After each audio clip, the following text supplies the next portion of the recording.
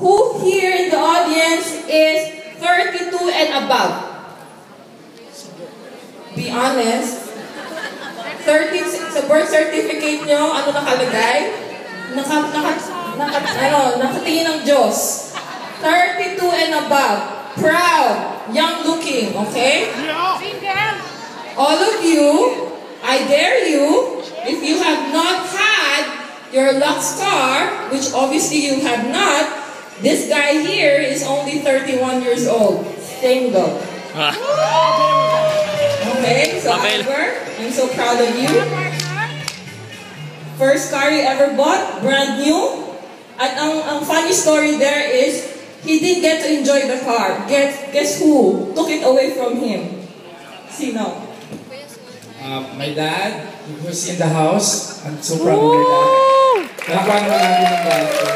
He's actually the one who drove the car first, and I'm so blessed that Free Life gave the opportunity because my dad raised the family, the entire family for the rest of their life, for his life, driving not his own car because my dad is a driver, and I'm so happy that I'm able to have the car and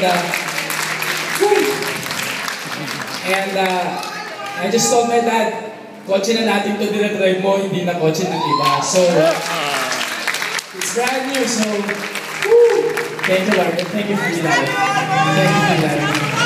Guys, proud father of Albert. Ang challenge niyo po si Albert. Since kayo na yung gumagamit ng kotse, sabi ko sa kanya, napaka-heartless mo naman kung kukunin mo sa kanya yung Honda. Eh, nag-enjoy na si tatay. So ngayon ang challenge ko sa kanya is to get another Lux car because Free Life is paying for it anyway. So libre na yung kotse ni tatay. Ikaw na ngayon yung bumili ng sarili mong kotse. Gets? Power! Power, okay. Now let's move on to